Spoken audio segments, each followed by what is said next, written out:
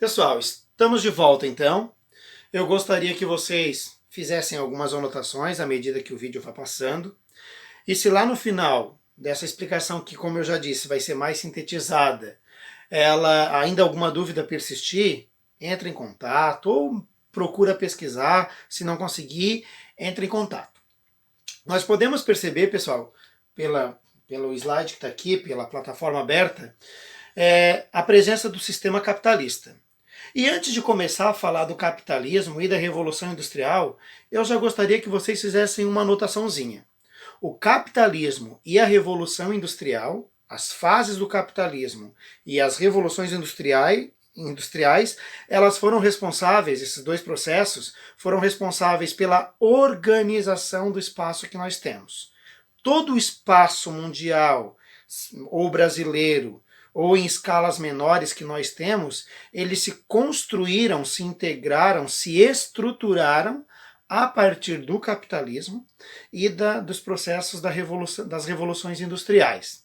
Elas são responsáveis por tudo isso, por todos esses sistemas de transporte, comunicação e energia que a gente pode desfrutar hoje em escala global. Mas vamos por fases. As fases do capitalismo. O capitalismo tem 4 fases: capitalismo comercial, capitalismo industrial, capitalismo financeiro e o capitalismo informacional. E nós vamos trabalhar todas elas de uma forma mais particular. Assim, o que quer dizer o capitalismo comercial? Quais são as características desse capitalismo industrial? Bom, o capitalismo comercial ele se estende desde o século XV ao século XVIII. É o comércio propriamente dito. O mercantilismo é uma característica muito forte desse processo. O mercantilismo e o colonialismo. Nós vamos ver que essa doutrina econômica chamada mercantilismo, ela está muito associada ao colonialismo, à busca por territórios.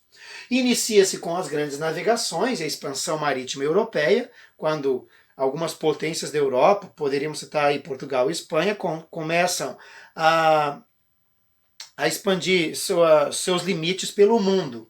Fase da burguesia marcante, começa a buscar riqueza nas terras fora da Europa. Por isso esse período colonial é muito presente no capitalismo comercial.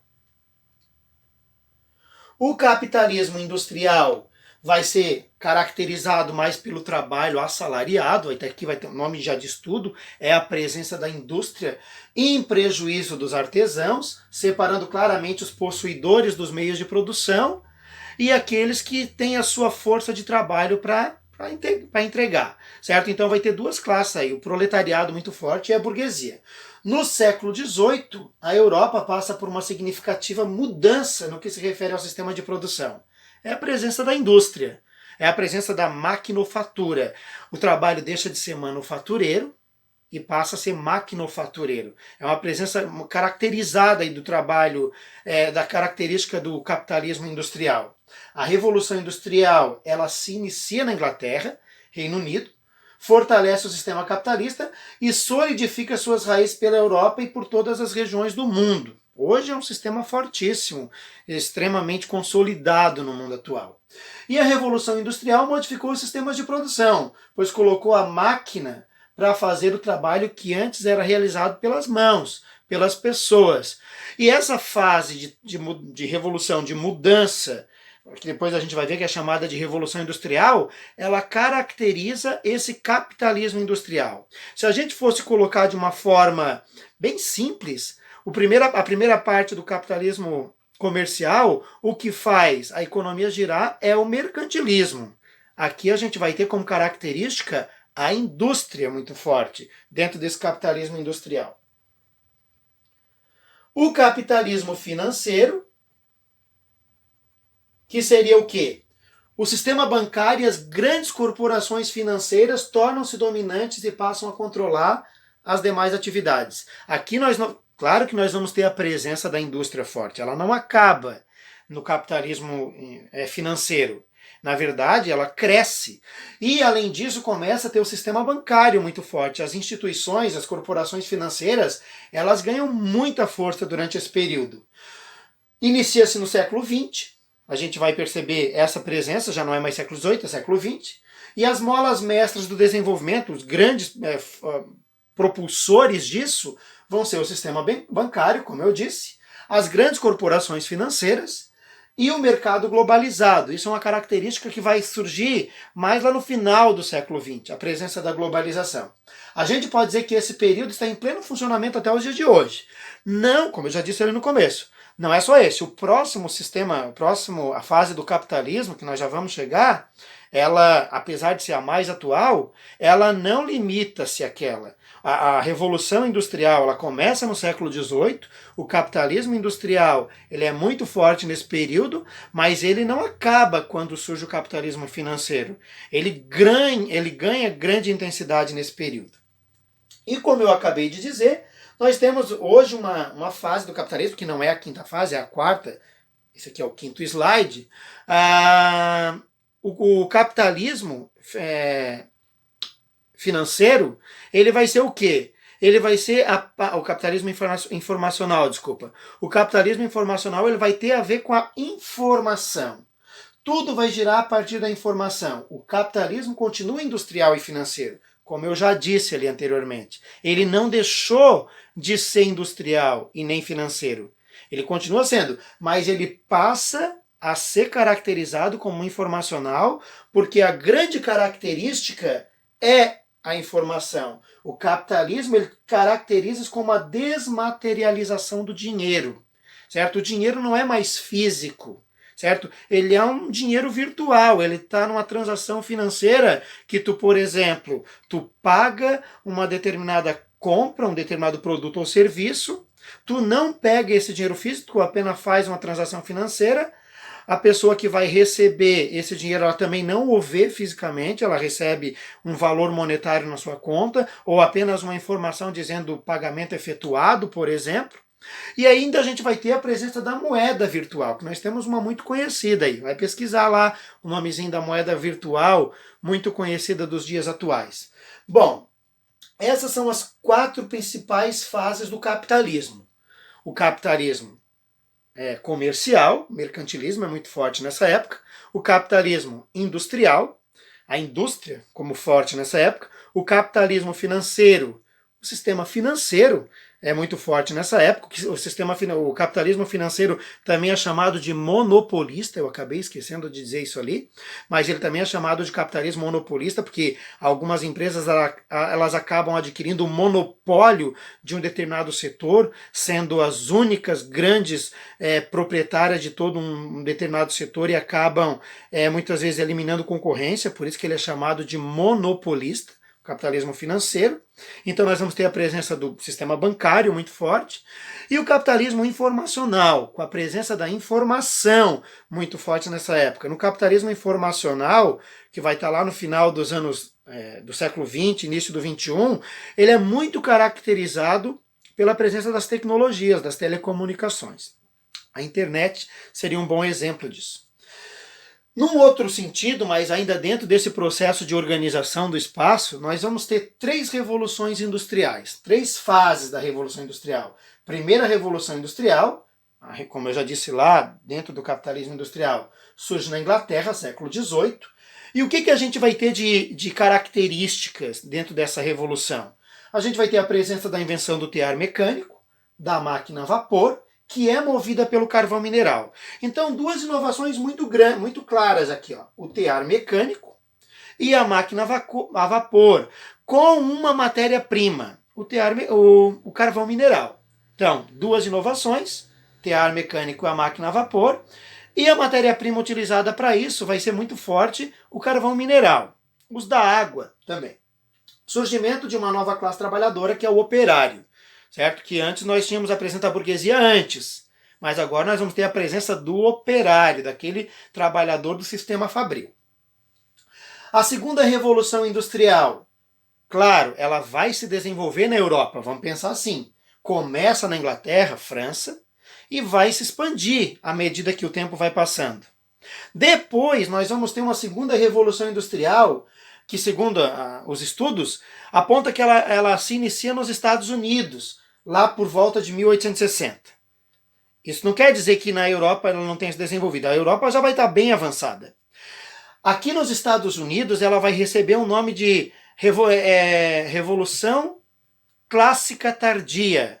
Aliás, na Alemanha e no Japão. Ela surge nos Estados Unidos como segunda revolução industrial, ao mesmo tempo que lá na Europa, na Alemanha, no caso, e na Ásia, no Japão, ela vai receber a denominação de industrialização clássica tardia. E por causa do modo de produção em série, o caso do sistema fordista. Agora, as atividades vão ser colocadas como, por exemplo, numa grande esteira, e vai ter vários operários. Cada um dentro desse sistema vai ter uma função. Por isso que em série, repetição, o funcionário vai fazer exatamente a mesma coisa na linha de montagem. Sistema fordista por causa da linha de montagem das automobilísticas, por exemplo. Substituição do carvão pelo petróleo e pela energia elétrica. São as duas matérias-primas que nós temos. Vale considerar que o carvão mineral ele ainda continua como matéria-prima até nos dias atuais. Só que a partir da segunda revolução industrial, ele vai começar a perder um pouco da força e vai ser, de certa forma, substituído por outras fontes de energia, como o petróleo e a energia elétrica, que vão se aprofundar, vão se intensificar o uso. Como grandes invenções, a gente vai ter a locomotiva a vapor, o automóvel e o telefone. E a presença forte do consumismo aqui, vai se produzir para consumir. A ideia é essa. O capitalismo ele visa o consumo. A ideia as pessoas produzem para que seja consumido. Então, nesse período da segunda revolução industrial, vai haver uma ampliação do consumo, obviamente da sociedade do consumo, para que os produtos sejam consumidos. E por fim, uma terceira etapa da revolução que nós temos é a terceira revolução industrial, que também é chamada de revolução técnico-científica ou revolução tecnológica, uma vez que boa parte dos produtos que fazem parte desse processo são inovações ligadas à área da tecnologia. Nós teríamos, por exemplo, aqui, que áreas? A informática muito forte, a eletrônica, a robótica, a biotecnologia, as telecomunicações, são exemplos de marcas desse processo, dessa fase da Revolução Industrial. E em inventos nós vamos ter, por exemplo, o celular, o GPS, as sondas espaciais, o computador, a internet vão estar caracterizados com isso.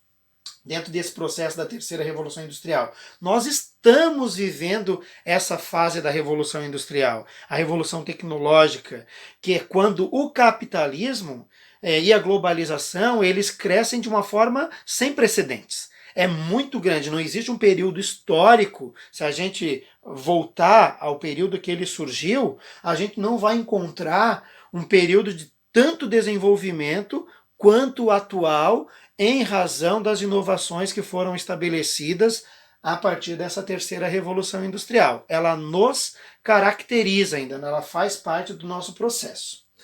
Bom, isso tudo que nós estamos falando num contexto mais global. Se a gente pensar em Brasil, o Brasil também viveu um período de revolução industrial, de implantação de indústrias. Só que não vai ser lá no século XIX. A fase de industrialização do Brasil, por exemplo, só para incrementar toda essa explicação, ela vai se caracterizar a partir do século XX, principalmente a partir dos anos de 1950. Começa lá em 1930, mas ela vai se intensificar a partir de 1950, principalmente por causa da instalação das empresas multinacionais. Bom, essa industrialização que ela acontece no setor industrial propriamente dito, na fábrica, ela também vai acontecer na área agrícola. Eu vou falar aqui de duas revoluções muito fortes. Nós tivemos uma primeira revolução agrícola, que não é aquela ali necessariamente que nós estamos falando, que é aquela onde houve a substituição, se a gente pensar em termos históricos, é onde houve o assentamento, a pessoa, os povos, eles deixam de ser nômades e passam a ser sedentários, começam a usar a agricultura. Talvez a gente, se fosse pensar na história mesmo, a primeira revolução agrícola seria essa. Porém, a que eu estou falando aqui não é dessa. Quando eu falo de revolução agrícola, nesse caso aqui, eu estou falando justamente da substituição do trabalho que também era desempenhado de forma mais rudimentar na agricultura e passa a ser utilizado máquinas. A revolução agrícola que eu trato aqui é essa, é a implantação da máquina, do equipamento agrícola para a realização do trabalho, da utilização de sementes para a cultura. É desse tipo de revolução agrícola que eu estou falando. A revolução agrícola e a revolução verde, embora elas sejam muito parecidas, elas têm algumas diferenças. O que elas teriam de semelhança? Tanto uma quanto a outra, elas têm essa característica. O trabalho com máquinas e equipamentos, o uso de agrotóxicos, mais principalmente na verde, o uso de atividades mais ligadas ao setor mecânico, a presença de sementes para o trabalho, isso vai estar nas duas. Alguma diferença? A Revolução Agrícola é mais caracterizada do século XIX. A Revolução Verde ela é mais característica do século XX. Aqui nós vamos ter presença da tecnologia, por exemplo. Não é que aqui não tenha. Se a gente pensar o uso da máquina, ela também é tecnologia.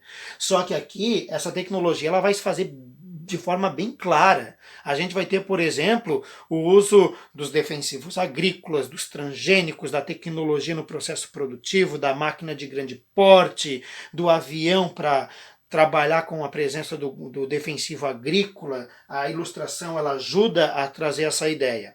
Bom, as duas trabalham com a ideia da revolução dentro do setor agrícola, porém, essa daqui ela é mais atual, ela vai surgir lá na década de 80, por exemplo.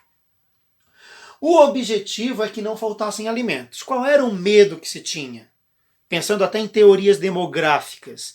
O medo que se tinha é que com a população crescendo demais, poderiam se faltar alimentos. A gente sabe que isso nunca aconteceu, porque a produção de alimentos ela é grande. Ela é capaz de satisfazer toda a população mundial. Não da mesma maneira, claro. Por isso que eu coloquei aqui, ó, o objetivo é que não faltassem alimentos. Se produz para que a população consiga comer? Até sim. Todo mundo consegue comer? Não. Por quê? Ela não acabou com a fome. A ideia da Revolução Verde não acabou com a fome. Porque a fome ela não é um problema de ordem sistemática. Tem alimento, todo mundo mata a fome. A fome ela é um problema social, muitas vezes. Tem uma série de fatores que estão ligados à fome. Então, não é porque se produz mais alimento que todo mundo vai ter a condição de pegar ele. As pessoas muitas vezes não têm condições de comprá-lo, ele não é acessível a todas as pessoas. Existem milhares, milhões de pessoas no mundo hoje que ainda passam fome. Então, apesar das revoluções elas terem sido propostas com o objetivo de produzir alimentos em grande quantidade, isso se concretizou. Mas não acabou com a fome. Uma outra característica pensando nisso, nessa daqui, na Revolução Agrícola, num primeiro momento não se ampliou a área de cultivo. Começou a se produzir com máquinas, se produzia mais sem ampliar a área de cultivo. Essa é uma característica da Revolução Agrícola, num primeiro momento. Continua se produzindo praticamente no mesmo pedaço de terra, não há uma ampliação da área de cultivo, mas há uma ampliação da produção. Isso vai acontecer depois? Com certeza. A produção ela vai fazer com que aumente-se a área de cultivo, vai se aumentar mais. O uso da máquina vai te permitir isso, tu vai produzir, com certeza produzir num espaço maior, em maior quantidade também, mas lá no início não. Lá no início houve a revolução agrícola, claro, mas sem a necessidade da ampliação da área de cultivo. Depois sim, mais tarde isso é que vai acontecer. Bom, como eu já disse para vocês, o capitalismo e a Revolução Industrial, eles foram responsáveis, esses dois processos, pela estruturação do espaço geográfico como a gente conhece hoje. Esses três sistemas aqui, ó, de transporte, a rodovia, a ferrovia, a aerovia, a hidrovia, a comunicação, seja ela telecomunicação ou comunicação propriamente dita, a internet, a rede de computadores, a satélite artificial, a rede de energia que hoje é renovável também, a gente tem que pensar que essa energia renovável ela também vai caracterizar um pouquinho da terceira revolução industrial. Claro que não em larga escala, é muito mais comum ainda o uso da energia não renovável, mas a renovável se faz presente hoje, a eólica, a solar, a energia da biomassa, que é aquela proveniente a partir dos resíduos, por exemplo, da bagaça da cana, enfim, os biocombustíveis. Isso são propostas, ainda que estão, vamos pensar num ritmo pequeno ainda, se a gente pensar em escala mundial, mas a tendência é que cresça. Bom, tudo isso que eu falei, pessoal, a gente vai chegar num sistema chamado globalização. O que seria essa globalização? O que seria essa globalização? Processos simples. A globalização seria um processo da terceira revolução industrial, um processo que nós vivemos, é um processo bem atual, e ele surge principalmente a partir lá dos anos 80, 1980, ele começa a se desenvolver de forma bem clara, não que ele não acontecia antes, mas não era de uma forma tão intensa. Termo muito usado a partir dos anos 80. O que seria esse processo? Circulação de mercadorias, capitais, informações e pessoas. Mercadorias, capitais, informações e pessoas. Esse processo de globalização ele tem símbolos. Símbolos que vão fazer parte dessa mundialização do capitalismo. Que símbolos seriam esses? Aqui tem dois, por exemplo. As transnacionais, que hoje estão disseminadas pelo mundo inteiro, já vamos chegar nelas. Os blocos econômicos. São dois símbolos, por exemplo, dois fatores, dois aspectos, que estão associados à globalização. Mas eu poderia citar outros. O sistema de transporte está associado à globalização. O sistema financeiro está associado à globalização. E o de comunicação, a internet, está associado à globalização. Então, assim, se a gente fosse pensar em 5 bons exemplos para caracterizar a globalização, seriam esses 5.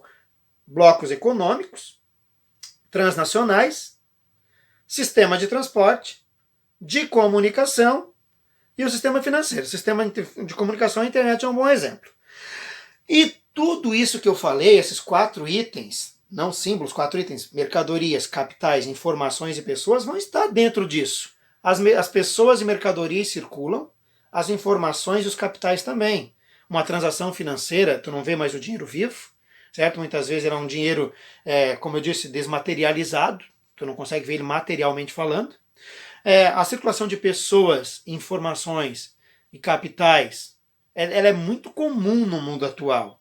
Ela é muito grande. Isso tudo que nós estamos vivendo nesse processo bem atual, inclusive, essa crise da pandemia do novo coronavírus, ela, se fosse num período histórico de 400, 500 anos atrás, primeiro que talvez ele não tomaria essa proporção gigantesca que ele tomou. E segundo que nem todo mundo no mundo saberia. As pessoas não saberiam porque a circulação de informação ela não era comum naquela época. Se a gente voltar a uma gripe espanhola que aconteceu lá no início do século XX, lá, se eu não estou enganado, em 1918, a disseminação da informação era muito restrita. As pessoas não sabiam, morriam muitas vezes sem saber do que. Bom, mas de qualquer forma, a globalização ela caracteriza esse processo. Dentro das transnacionais nós vamos ter sedes e filiais. Sede é onde ela surgiu. Filial é por onde ela está. Se nós pegarmos, por exemplo, uma empresa que surgiu lá nos Estados Unidos, hoje ela está disseminada pelo mundo inteiro. A sede continua sendo lá. Isso é uma transnacional. Sede no país de origem, filiais em vários países do mundo. Ela caracteriza a globalização? Com certeza, ela aumentou expressivamente o comércio mundial, de forma sem precedente, como eu já disse. E os blocos econômicos eles vão nesse sentido também, porque o acordo entre países, eles permitem que haja uma maior circulação de mercadorias e um maior consumo, obviamente.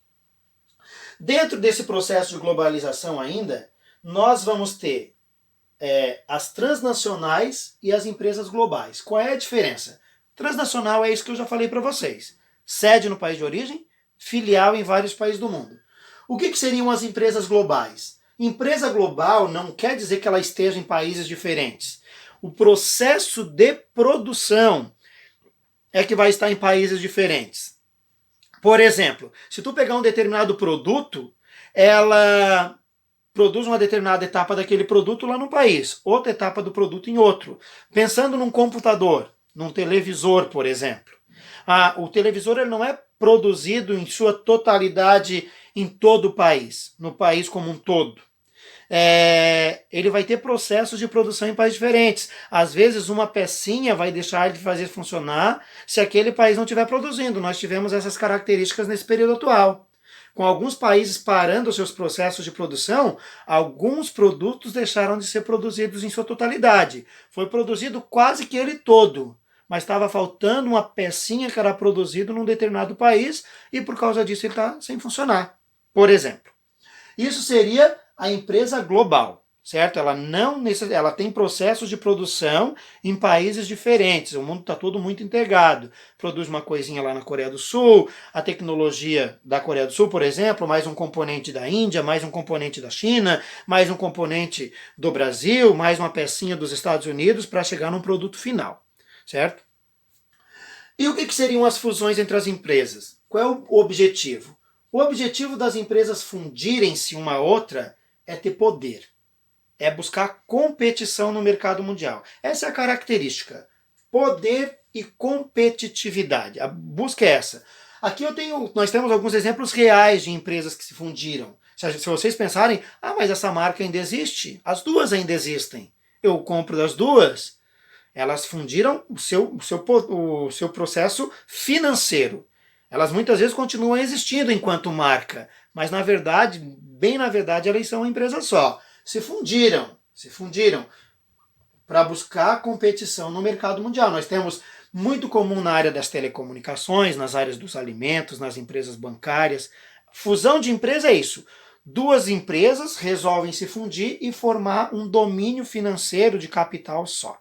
Essa é a ideia da fusão entre as empresas. Para quê? Para ficar mais forte, para ter mais poder de competição.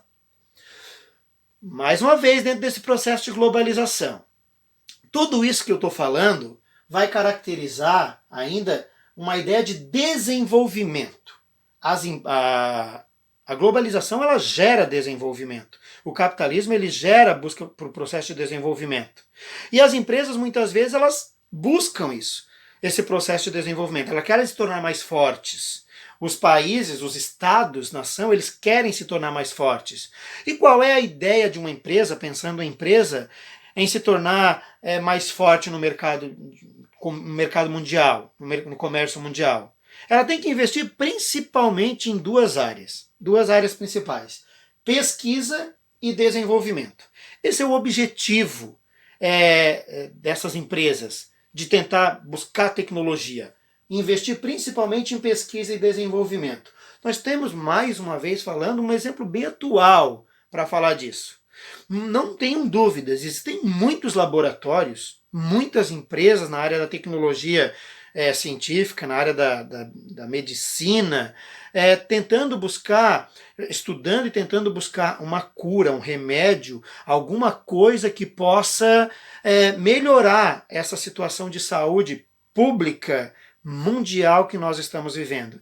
E não tenham dúvidas também que não estão sendo poupados muitas vezes recursos em pesquisas para tentar descobrir alguma coisa e no desenvolvimento desse produto que está sendo descoberto, desse produto que vem a ser descoberto. Para quê? Para criar uma fórmula, por exemplo, uma fórmula de remédio ou de vacina para evitar, para acabar com a pandemia, para ter uma cura para a doença, ou pelo menos minimizar os efeitos do que aquilo que, segundo os cientistas, esse vírus provoca. Mas enfim, onde tudo isso é feito? Em áreas chamadas de tecnopolos. Um exemplo de tecnopolos que nós temos é o Vale do Silício. Talvez o exemplo mais emblemático que a gente tenha. Nós temos exemplos de tecnopolos em vários países do mundo. Nós temos em Bangalore, na Índia, por exemplo. Mas nós vamos ter no Vale do Silício, que é a união de empresas com instituições de ensino para que para que possam se desenvolver pesquisas nas mais diversas áreas. A ideia da criação de um tecnopolo é isso. No Brasil nós temos um exemplo também, que é o da Unicamp, em Campinas e São Bernardo do Campo, São José dos Campos. É um exemplo de tecnopolo que nós temos no Brasil. Uma área de alta tecnologia que visa produzir produtos também em alta tecnologia. Claro, todo esse processo de desenvolvimento, ele tem um preço, que muitas vezes é a gente que paga, certo? Não é um preço monetário que eu estou falando. O processo de desenvolvimento, ele gera uma substituição da mão de obra. Nós temos dois tipos de desemprego bem característicos. Nós temos um desemprego conjuntural, que é esse bem característico dessa época, dessa atualidade mesmo, assim, ó, as pessoas estão perdendo postos de trabalho por causa da conjuntura econômica, dessa crise que está sendo instalada em âmbito mundial. Muitas pessoas estão perdendo trabalho. Por quê? Por causa da crise econômica. Ela vai poder ter esse emprego de volta quando essa crise passar? Esperamos que seja breve. Vai poder ter o emprego de volta. Talvez não necessariamente o mesmo, mas ela vai ter o posto de trabalho dela de volta. Isso tem a ver com a crise. O do desenvolvimento vai gerar um desemprego chamado estrutural. O que é esse desemprego estrutural? O nome já diz tudo também. É a estrutura que gera o desemprego. Aqui vai haver uma substituição da mão de obra humana pelo robô, pela automação da indústria automobilística. Essa pessoa que perdeu o emprego ali, é provável que ela tenha um emprego de volta? Não. Ela pode até ter emprego de volta numa outra área, num outro setor, mas aqui é muito improvável, a não ser que ela se atualize, que ela viva em constante ciclo de atualização e ela consiga acompanhar essa modificação e ela seja chamada para operar uma máquina dessa. Mas o emprego dela propriamente dito, esse não tem mais, não é revisto. A mesma coisa a gente poderia usar um caixa eletrônico, que substituiu a mão de obra do caixa do banco, por exemplo. Hoje as pessoas elas conseguem realizar praticamente todas as transações, as operações financeiras num caixa eletrônico. A substituição da mão de obra humana pela mecânica gera o desemprego estrutural.